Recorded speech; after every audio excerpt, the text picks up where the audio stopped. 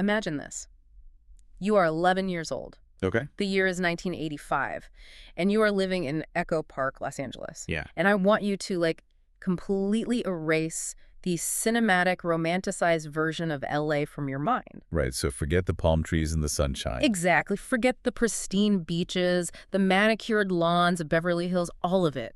Because the reality of your world is vastly different. It's this gritty, dangerous, uncompromising neighborhood. Yeah, your parents are separated at this point, right? They are, though they still live close to one another to raise you. But money isn't just tight. It is this constant, suffocating, ambient anxiety that just colors every single decision in your household. I mean, that kind of pressure on a kid is immense. It really is. And you look out your bedroom window, and instead of, I don't know, children playing or neighbors waving, you see the raw underbelly of the city. You're seeing drug dealers operating with total impunity. Yeah, and prostitutes working the corners under the flickering streetlights. You are surrounded by this grinding, visceral poverty. And the crazy part is, the glittering Hollywood machine is sitting just a few miles away. Basically, in your backyard, actively pretending this poverty doesn't exist. Right. And it isn't just background noise either. The violence is immediate. On one particularly terrifying day, you actually witness a man being stabbed right outside your front door. Oh, wow. That's terrifying. It's chaotic. It is the kind of environment that crushes most people.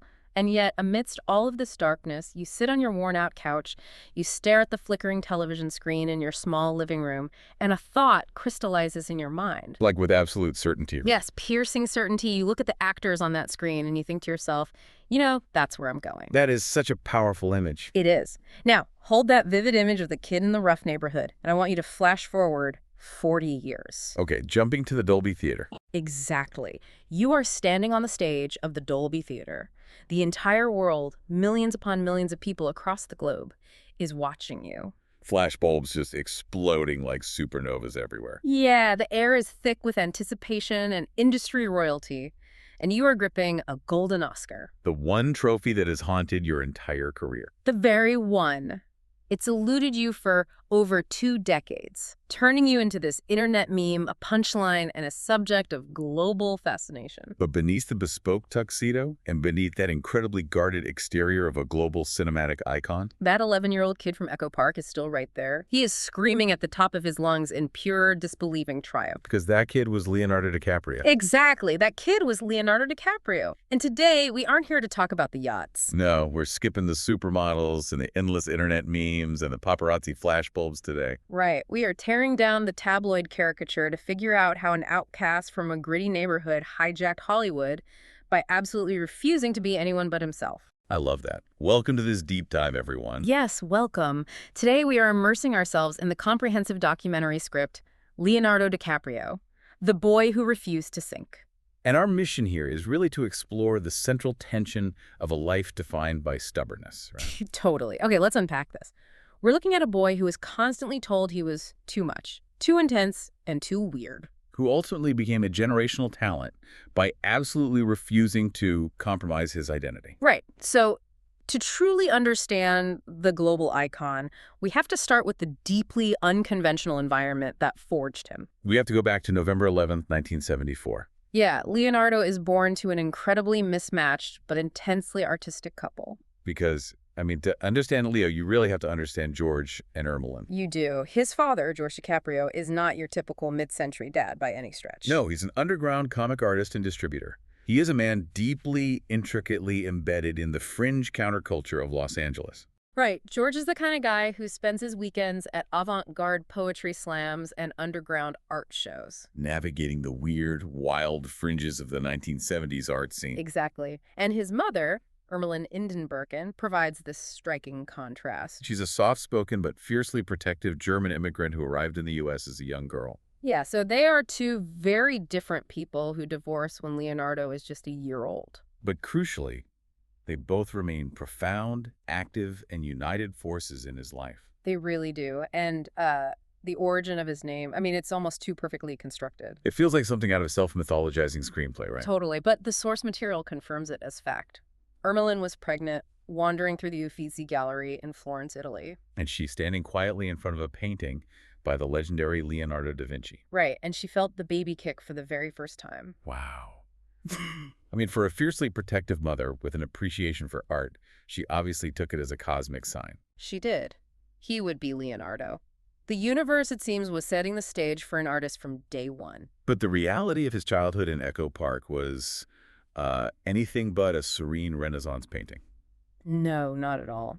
As we established, it was rough, it was violent, it was frightening. But you have to ask yourself, is being an outcast, being surrounded by societal darkness, actually a prerequisite for great acting? That's a great question. Because for Leonardo, this environment wasn't a detriment. It was a rigorous daily training ground. It gave him this desperate, voracious hunger to observe the human condition in all its unvarnished reality. Yeah, and his father, George, really recognized this curiosity. Instead of sheltering him, George deliberately took him out of Echo Park to visit diverse neighborhoods across Los Angeles. He took him to comic book stores, to weird art installations, really exposing him to the absolute full spectrum of humanity. It was the ultimate, albeit unorthodox, masterclass in human behavior. He learned how people walked, how they talked when they were desperate. How they hid their pain. Right. Yeah. And make no mistake, Leonardo was a strange kid. Very strange. He was hyperactive, vibrating with an energy that most adults just found exhausting. He also exhibited early obsessive-compulsive tendencies. And we aren't just talking about a quirky habit here. No, we are talking about a child who would ritually step on cracks in the pavement, who felt physically compelled to retrace his steps over and over again. Just to feel a sense of internal calm, he had to actively fight his own mind just to walk down the street normally. And at just 5 years old, his parents actually managed to land him a gig on the popular children's show Romper Room. Which should have been his cute, easy introduction to television. Instead, he was literally kicked off the set. He was. The producers deemed him too disruptive. He couldn't sit still. He wouldn't follow the rigid, sterilized directions of a 1970s children's broadcast. He was just too much. Too much. But the real pivot point, the crucible moment that defines the very core of his character, happened a few years later. When he started auditioning in earnest for commercials and educational videos. Right, talent agents, the gatekeepers of Hollywood looked at this beautiful, energetic kid. They saw the raw potential, the undeniable charisma. But they had one major non-negotiable condition. They told him he had to change his name. Because Leonardo DiCaprio, they argued, was too ethnic. It was too Italian? Too foreign? It was, frankly, too weird for middle America to digest at the time. So they handed him a sterilized, focus-grouped alternative. They told him to change his name to Lenny Williams. Lenny Williams. Put yourself in his shoes for a second. Imagine you are a child, desperate to escape poverty. Desperate to act, yeah. And the adults who hold the keys to your absolute biggest dream tell you that your very identity is the obstacle. What do? Most kids, and honestly most adults, would fold. They would take the name, take the paycheck, and justify it later. But even as a little kid, Leonardo refused. He looked the industry in the eye and said no. He wouldn't do it. Which is incredible if we think about his hyperactivity and his OCD, not as flaws, but as a superpower of relentless, obsessive observation. A superpower that simply came with a very high psychological cost. It begins to make sense. Yeah, he had spent his whole short life observing the truth of the streets. He wasn't about to start his career with a lie. Exactly. He refused to be Lenny Williams. And that stubbornness, that absolute uncompromising refusal to bend to the industry's sanitized standards. That would directly translate into his ferocious approach to the craft of acting. Which brings us to the breakout. How does a kid who refuses to play the game actually win it? Well, at age 12, George DiCaprio sat his son down and showed him a dark, deeply unsettling German film called The Tin Drum. Oh, man. Now, if you know anything about The Tin Drum, you know it is not a children's movie. Not at all. It is a surreal, grotesque, emotionally heavy exploration of fascism, trauma, and a boy who refuses to grow up in Nazi Germany. It had won the Academy Award for Best Foreign Language Film, but for a 12-year-old, it is incredibly dense material. But for Leonardo, it was an absolute revelation. Watching this film set his artistic true north. He realized in that specific moment that he didn't just want fame. Fame was cheap. Fame was what the talent agents pushing Lenny Williams were offering. He wanted to make art that grabbed people by the throat. He wanted to punch audiences in the chest. Exactly. But what followed was years of relentless, grinding rejection. Yeah, he went out for hundreds of auditions. Time and time again, he was told he was too young, too intense, too unconventional. But he endured. He eventually landed a role in the television series Parenthood, based on the movie, but it was swiftly canceled. And he did a low-budget, direct-to-video caliber horror sequel, Critters 3. Which he freely admits now was a terrible movie, but it paid the bills and kept the dream alive. Right, and then he landed a recurring role on the massive hit sitcom Growing Pains. He was cast as Gary Buckman, a homeless teenager taken in by the Seaver family. And on a brightly lit sitcom defined by laugh tracks and rehearsed punchlines, Leonardo stood out immediately for one specific, startling reason. He didn't look like he was acting. Yes. Amidst the polished sitcom stars, he brought this twitchy, lived-in reality that felt almost too authentic for the format. But the real breakthrough, the moment the heavy hitters in Hollywood realized they were dealing with a genuine force of nature, came in 1993. Okay, let's get into this. Here's where it gets really interesting. He auditioned for a gritty drama called This Boy's Life. Playing the role of Toby Wolfe, a teenager trapped in an abusive household, and he was acting opposite Robert De Niro. Over 400 young actors auditioned for the role, and Leonardo, an 18-year-old kid from Echo Park, booked it. Which is wild. Now let's pause and talk about Robert De Niro. De Niro is essentially the final boss of method acting. Absolutely. And method acting isn't just about refusing to break character between takes. No, it's a systematic, psychologically grueling rewiring of the actor's brain. It demands that an actor substitute their own deepest memories, traumas, and emotions for the characters. And De Niro is notoriously intimidating. He doesn't suffer fools, and he certainly doesn't coddle teenagers. On set, De Niro tested Leonardo relentlessly. He pushed him, prodded him, went off script, trying to break through whatever fragile teenage acting technique Leonardo had brought with him. He was trying to find the raw truth underneath, and instead of crumbling, instead of shrinking back in the presence of a legend, Leonardo pushed back. He really did. He matched De Niro's intensity, screen for screen, glare for glare. To go toe-to-toe with Robert De Niro at 18 years old, to absorb that kind of psychological pressure and actually make a titan of cinema respect you. That is essentially unheard of. It is, and incredibly miraculously that same year, he delivered a performance that eclipsed even that milestone. You're talking about Lasse Hallström's What's Eating Gilbert Grape. Yes, he was cast to play Arnie Grape, the intellectually disabled younger brother of Johnny Depp's character. And his preparation for this role was fanatical. He didn't just read a script. He spent weeks living in and visiting facilities for young people with developmental disorders. Which was so important because the 90s were a tricky time for the portrayal of disabilities on screen. It often veered into offensive caricature or maudlin sentimentality. And Leonardo was terrified of that. He didn't want to mimic a disability. He wanted to understand the human being underneath it. He studied their physical tics, the way they breathed, the way they interacted with their siblings. If you've seen What's Eating Gilbert Grape, you vividly remember the water tower scene. Oh, man. Arnie climbs the massive town water tower, something he does repeatedly, but this time he is stuck. He is terrified, refusing to come down while the police, the fire department, and his agonizingly stressed family gather below. And the performance in that scene is an absolute masterclass in physical acting. The way Leonardo contorts his face, the precise cadence of his panicked laughter turning into sobs, the sheer lack of self-consciousness. It is so incredibly naked and emotionally complex that it leaves you breathless. Johnny Depp later talked about watching Leonardo transform on set with something akin to total awe.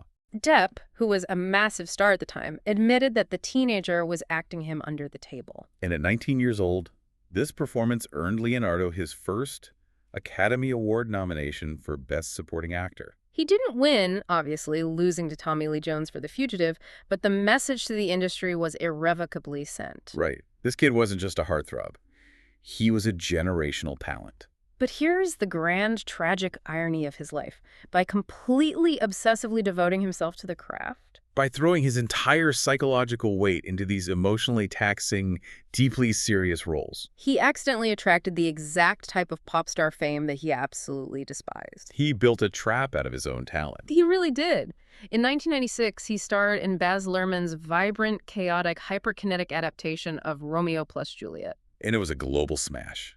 Luhrmann's frenetic directing style mixed with Leonardo's brooding, deeply romantic portrayal of Romeo turned him overnight into a full-blown teen idol. Suddenly, his face was plastered on the cover of every teen magazine on the planet. The screaming from fans wherever he went was deafening. The media literally compared it to Beatlemania. And he hated it. He abhorred it. He wanted to be viewed as a serious, suffering artist, in the sacred lineage of Al Pacino, Dustin Hoffman, or De Niro. Instead, he was being treated like the lead singer of a boy band. He felt his credibility slipping away under a wave of hysteria. And then came the ultimate trap. Director James Cameron was casting his historical epic, Titanic. And Cameron approached Leonardo, who initially flat out refused the role. Yeah, he actually sat down with his agent and said, I don't want to be on a sinking ship for 9 months. He looked at the script and thought it was too commercial, too traditional, a massive departure from his serious, dark, independent, dramatic roots.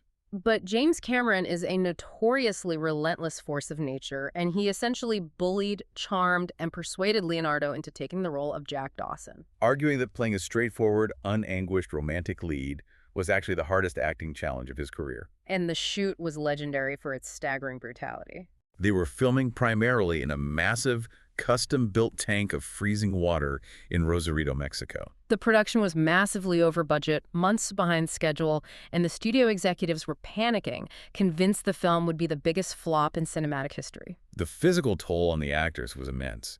They'd spend days shivering in wet clothes. But it wasn't just the cold. At one point, the shoot devolved into genuine chaos when a disgruntled crew member laced the on-set catering. Specifically, a large batch of clam chowder, right? Yes, with PCP, a powerful hallucinogenic drug. That is just insane to think about. Imagine the scene. Dozens of crew members, including the director, suddenly hallucinating, weeping, vomiting, and being rushed to the local hospital in a fleet of ambulances. It was a chaotic, dangerous, exhausting ordeal. But Leonardo endured it. And through the freezing water and the grueling 90-hour work weeks, he created a character so full of warmth, defiance, and radiant hope that the world fell irrevocably in love with him. When Titanic was finally released in December 1997, it defied every single expectation of failure. It didn't just break box office records, it shattered them into dust. It made $2.2 billion. It won 11 Academy Awards.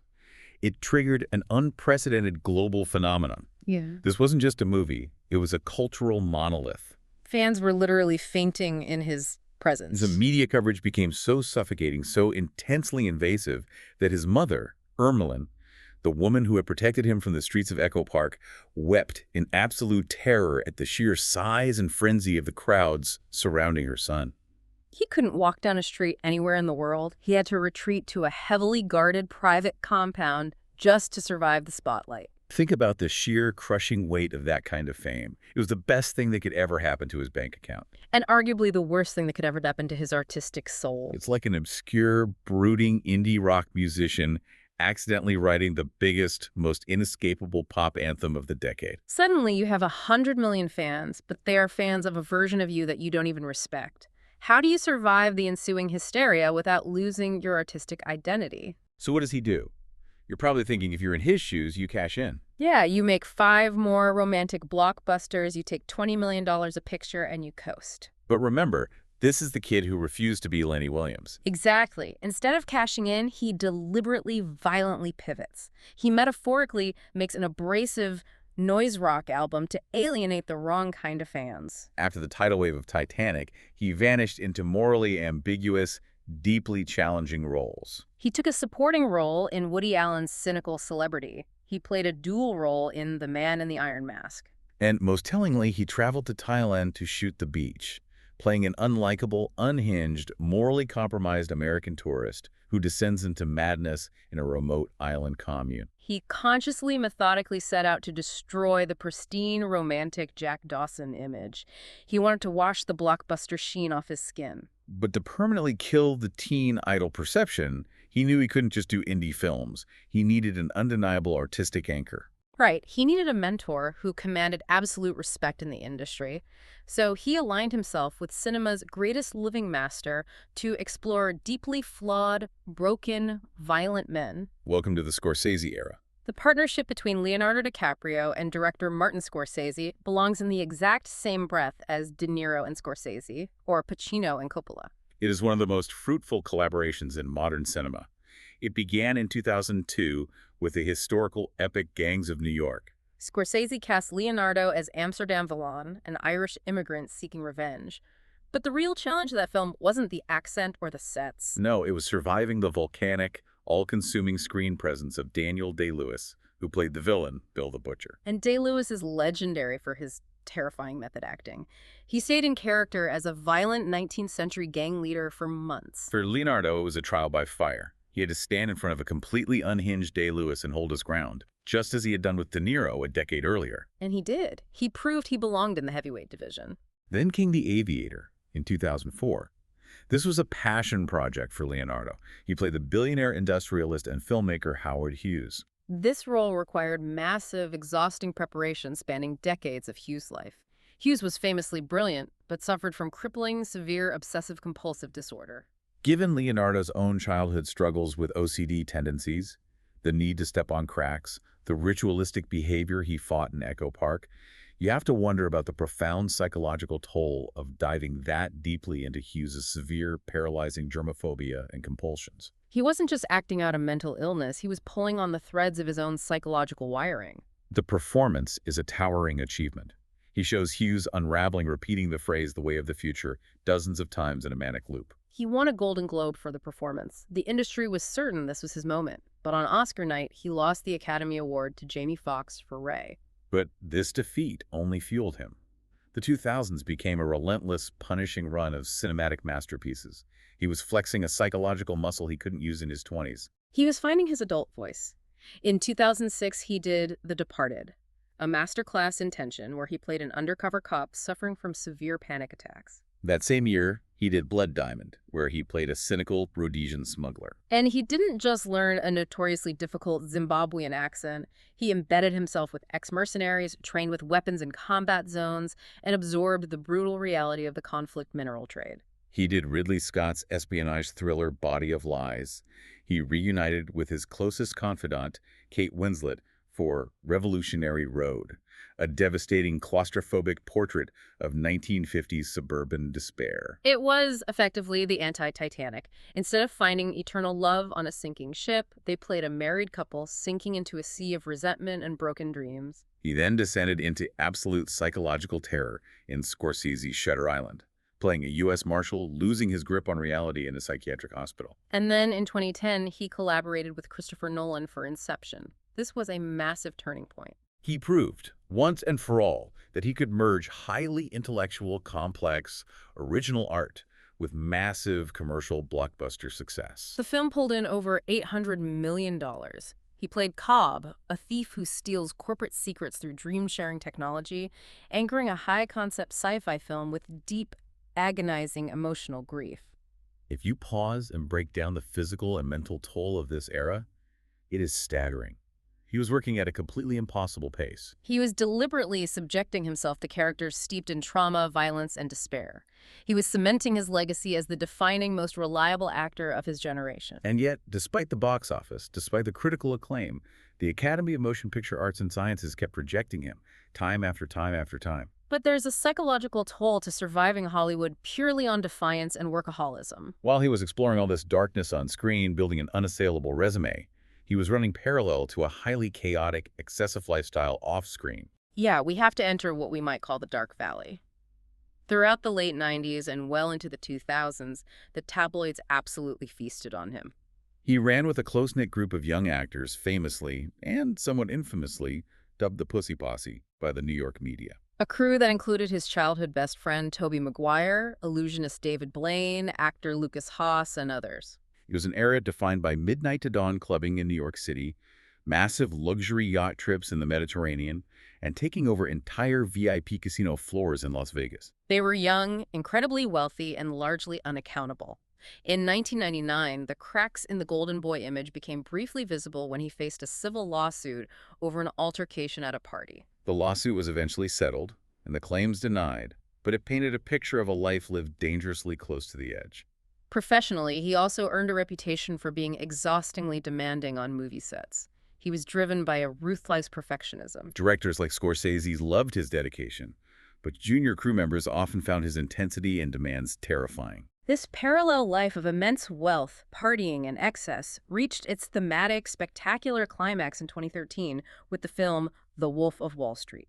Reunited with Scorsese, Leonardo played Jordan Belfort, a real-life New York stockbroker who built an empire on absolute fraud, drug addiction, and unbridled greed. The performance Leonardo delivered was ferocious. It was manic, terrifying, deeply hilarious, and completely drenched in moral depravity. He depicted Belfort snorting fake cocaine off hookers, crashing helicopters, and famously, in a sequence of physical comedy genius, crawling across a country club floor while drooling and paralyzed by expired quaaludes. And somehow, chillingly, Leonardo made audiences love this absolute monster. He charmed the viewers into complicity. But here's where the story takes a turn so sharp, so layered with irony, that it feels like a rejected script. Right. Let's pause and look at the Hollywood financing pipeline for a moment. Movies like The Wolf of Wall Street, R-rated, 3-hour dark comedies, are very hard to finance through traditional studios. They require independent money. The film was partially financed by a production company called Red Granite Pictures. What no one in the public knew at the time was that Red Granite was heavily funded by money siphoned from 1MDB, a sovereign wealth fund belonging to the Malaysian government. This was a massive, multi-billion-dollar global money laundering operation. And while we are looking solely at the facts presented in our source and taking no stance whatsoever on the politics or legalities of global finance, the facts themselves are staggering. A film explicitly critiquing the absolute heights of financial corruption, fraud, and greed was secretly being funded by actual real-world financial corruption. The U.S. Department of Justice eventually launched a massive investigation. Leonardo DiCaprio was fully cooperative and was never accused of any criminal wrongdoing. However, he had to hand over to the federal government gifts he had received from the financiers. This included an actual Oscar statuette previously won by Marlon Brando, a Pablo Picasso painting valued at over $3 million, and a Jean-Michel Basquiat collage worth roughly $9 million. You might be asking yourself, what does this all mean? How does a kid from Echo Park end up entangled in an international financial scandal? Does playing a monster like Jordan Belfort require a baseline comfort with excess? Does swimming in those waters for research blur the lines of your own reality? It's a sobering reminder that massive fame, undeniable talent, and good intentions do not insulate you from the world's dark currents. Sometimes they put you directly in the dead center of them. And this pattern of rigid excess and control wasn't just limited to the world of finance and high-end partying. It strictly defined his highly scrutinized personal life. We cannot do a deep dive into Leonardo DiCaprio without addressing the elephant in the room, the supermodel pattern. We live in an era where modern culture loves to compress deeply complex human relationships into a single meme, a punchline, or a single data point. For Leonardo, that data point is the infamous internet spreadsheet. The running joke, backed up by decades of paparazzi photos, tabloid journalism, and actual data, is that Leonardo DiCaprio does not date women over the age of 25. The history of his romantic life reads like a who's who of global high fashion. From 1999 to 2005, during the height of his post-Titanic fame, he dated Brazilian supermodel Gisela Bündchen. Then came Israeli model Bar Refaeli from 2005 to 2011. There was a brief, highly publicized stint with actress Blake Lively. Then a rotation of Victoria's Secret models. Erin Heatherton, Toni Garn, Kelly Roebuck, Nina Agdal. And then came a long, seemingly serious relationship with actress and model Camila Morrone. They dated for 5 years. The public genuinely thought the pattern might break. He was getting older, they seemed settled, but then Morrone turned 25. And by August 2022, shortly after her birthday, they had quietly broken up. The internet went absolutely berserk at the geometric, almost mathematical precision of the timeline. Graphs were made, late-night hosts had a field day. Now, to be perfectly accurate to the source material, there has been a recent notable update to this timeline. He is currently linked to Italian model Vittoria Ceretti. Ceretti was born in 1998, which makes her 26 years old in 2024. Notably, she has crossed the threshold. She is one of his older partners in recent history. But you have to wonder why this strict boundary for so many decades. Let's dive into the psychology of Hollywood perpetual adolescence. Is it a profound fear of aging? When you achieve godlike fame at 22 years old, as Leonardo did with Titanic, the world effectively freezes you in that moment. You are never forced to mature in the way normal people are because your wealth and status insulate you from the friction of adult life. Is his dating life a symptom of an industry where you are permanently tethered to the exact moment you became famous? The truth of any relationship is deeply human, private, and complex, involving two consenting individuals making their own choices. But the statistical pattern is so glaring that it's impossible for the culture to ignore. Yet, despite the endless parade of public relationships, he is never married. He has no public children. He remains incredibly secretive, guarding his actual emotional privacy with ironclad discipline. He will let you see the yacht, but he will never let you see his heart. While the tabloids obsessed over dating spreadsheets, yacht vacations, and party rumors, his professional obsession never wavered for a single second. It was all building toward a literal life and death struggle for the industry's highest validation. Let's talk about the Oscar drought and the absolute punishing brutality of The Revenant. By the mid-2010s, the losses at the Academy Awards were piling up and they were visibly painful. 1994 lost Best Supporting Actor to Tommy Lee Jones. 2005 lost Best Actor for The Aviator to Jamie Foxx. 2007 lost Best Actor for Blood Diamond to Forest Whitaker. 2014 lost Best Actor for The Wolf of Wall Street to Matthew McConaughey. The Oscars hate Leo wasn't just an industry whisper anymore, it became a global internet phenomenon. The memes of his brave, tight-lipped clapping, his eyes filled with suppressed disappointment as someone else's name was called, were shared millions of times. Think of the Academy Awards as a highly fortified, impenetrable vault. For 20 years, Leonardo had been trying to pick the lock with finesse. He tried historical biopics, he tried Scorsese epics, he tried intense psychological thrillers. None of it worked. With his next project, he realized he just needed to pack the vault with dynamite. He decided to use brute, undeniable, suffering-induced physical reality to blow the doors off. He teamed up with visionary Mexican director Alejandro González Iñárritu for The Revenant in 2015. To say this shoot was brutal is a profound understatement. It was an exercise in human endurance. Filmed chronologically in the remote, unforgiving wilderness of Alberta, Canada, and later in the southern tip of Argentina when the snow melted too early in Canada, the production was a descent into logistical hell. We are talking about negative 40-degree weather. Cameras froze. Crew members quit. Leonardo didn't just act in this movie. He subjected himself to a 19th century torture chamber. Playing frontiersman Hugh Glass, who was left for dead after a bear attack, Leonardo demanded authenticity. He literally crawled through freezing, unsimulated snow and ice, risking hypothermia daily. He stripped naked and slept inside a real, hollowed-out horse carcass. He threw himself into genuinely freezing river rapids, weighed down by heavy furs. And, perhaps most famously, despite being a dedicated, lifelong vegetarian and environmentalist, he ate a raw, bloody, actual bison liver on camera. Why? Because the prop liver made of jelly didn't look right, and he wanted to capture the authentic, visceral reaction of disgust and primitive survival. And of course, there's a famous sequence where he is mauled and dragged by a grizzly bear. While the bear was a terrifying hybrid of practical effects and CGI, the physical thrashing Leonardo took while attached to cables being smashed into trees and mud was intensely real. Leonardo has always believed that audiences possess a subconscious radar. They know when they are watching a comfortable imitation on a soundstage, and they know when they are watching the truth. For The Revenant, he bled for the truth. He essentially forced the Academy to look at what he was willing to endure, putting his actual life and health on the line, and dared them to deny him again. It worked. February 28, 2016, the Dolby Theater. When Julianne Moore finally opened the envelope and said his name, the collective relief in that room was palpable. It wasn't just applause. It was an exhalation of breath that the industry had held for 22 years. He received a massive standing ovation. And when he got to the microphone, what did he do? Did he gloat? Did he cry? Did he give a laundry list of agents to thank? No.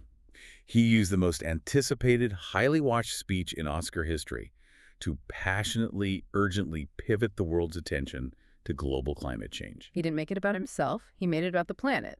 Which brings us seamlessly to the genuine activist. Winning the Oscar didn't just validate his art, it amplified his other lifelong obsession, the environment. Now, you might be cynical. Hollywood is full of actors adopting trendy causes for PR. But this isn't a PR stunt. His environmentalism stems directly from his childhood. Growing up in Echo Park, he didn't just see crime, he saw the thick, toxic LA smog of the 1980s. He visited the Natural History Museum and became obsessed with extinct species.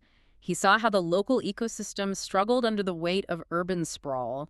In 1998, flushed with Titanic cash, and long before climate change was a standard celebrity talking point, he started the Leonardo DiCaprio Foundation, which is now known as Rewild. He didn't just lend his name, he put his money where his mouth is.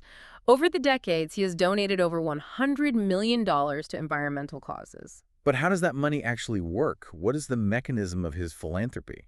Rewild operates by providing tangible grants to grassroots organizations. They fund the literal deployment of park rangers to stop poaching. They fund the legal defense of indigenous lands against logging companies. They fund the creation of massive marine sanctuaries to protect endangered sharks and coral reefs. He produced the deeply researched 2007 documentary, The 11th Hour. He addressed the UN General Assembly in 2016. He has traveled to the melting ice caps of the Arctic, visited the burning Amazon rainforest, and testified before the U.S. Senate. He is deeply technically versed in climate science. But, sticking strictly to the facts provided in our source, we must acknowledge the glaring, highly criticized contradictions of his life. Now, you're probably screaming at your phone right now, but he flies on private jets. He parties on super yachts. And you're right, I had the exact same thought reading this.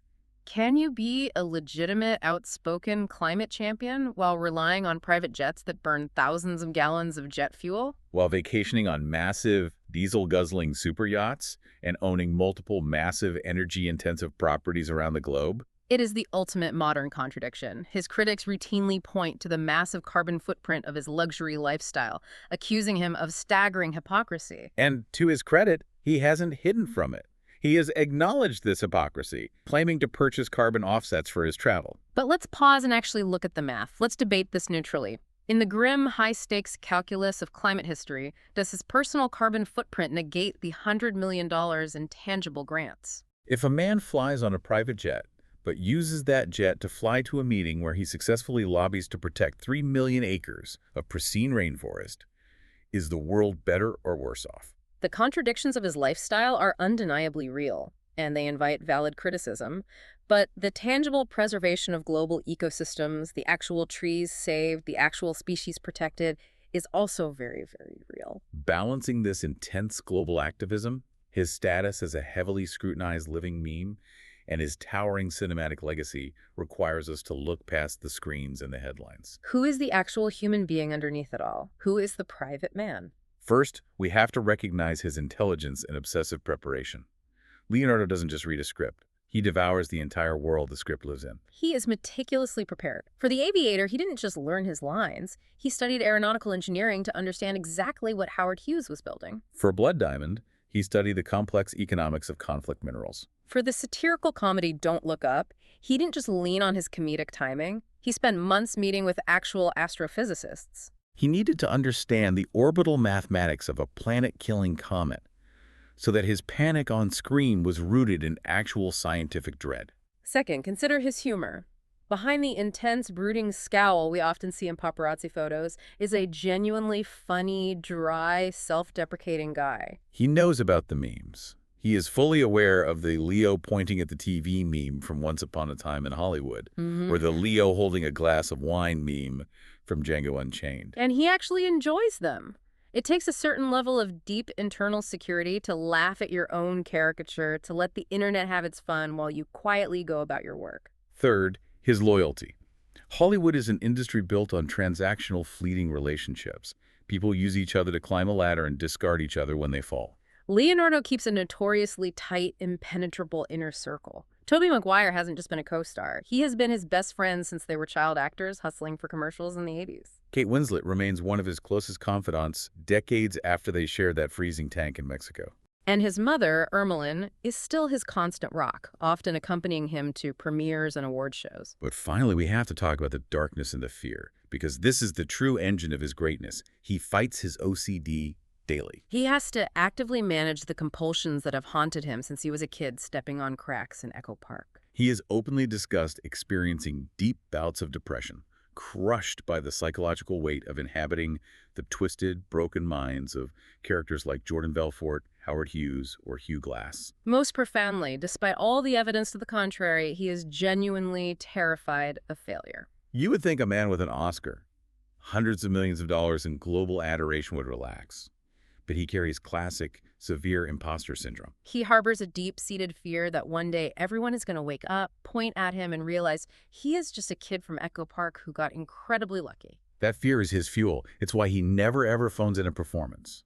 He acts as if every single movie is an audition for his life. He acts like he still has to prove he isn't Lenny Williams.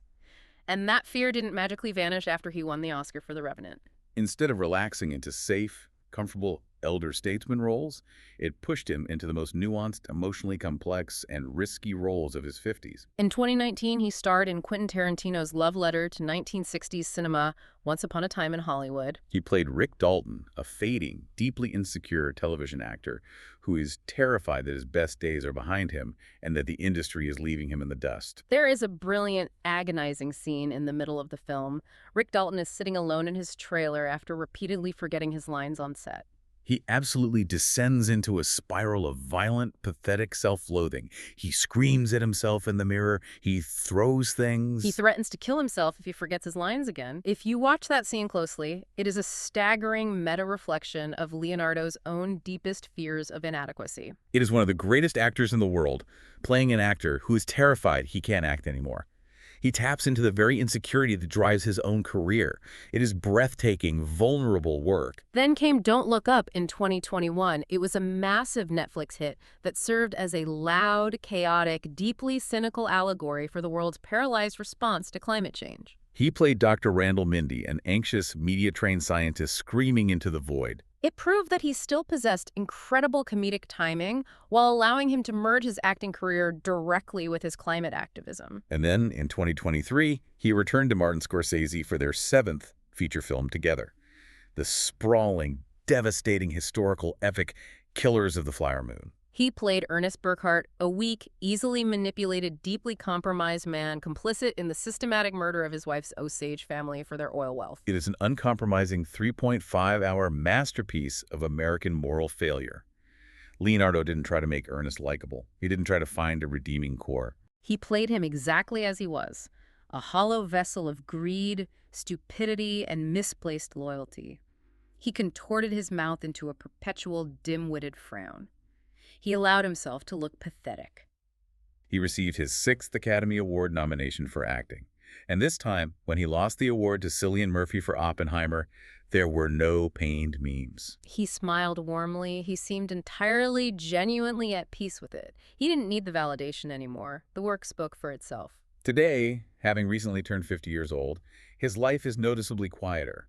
He still hangs out with his childhood friends. He reads voraciously. He studies cinema history obsessively, watching obscure films to broaden his understanding of the medium. He is actively developing new, challenging projects, and there are strong industry rumors that he is heavily considering stepping behind the camera to direct his own film. So as we bring all these disparate threads together, we have to ask the ultimate question. What is the true legacy of Leonardo DiCaprio?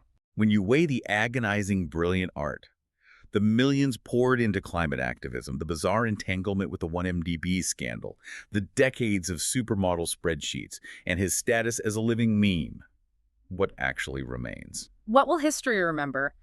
Artistically, his legacy is ironclad. He leaves behind one of the most consistently excellent, sustained bodies of work in the entire history of cinema. He didn't just survive being a teen idol. He obliterated the concept. He influenced an entire generation of younger actors like Timothée Chalamet and Austin Butler, teaching them by example that being beautiful isn't enough.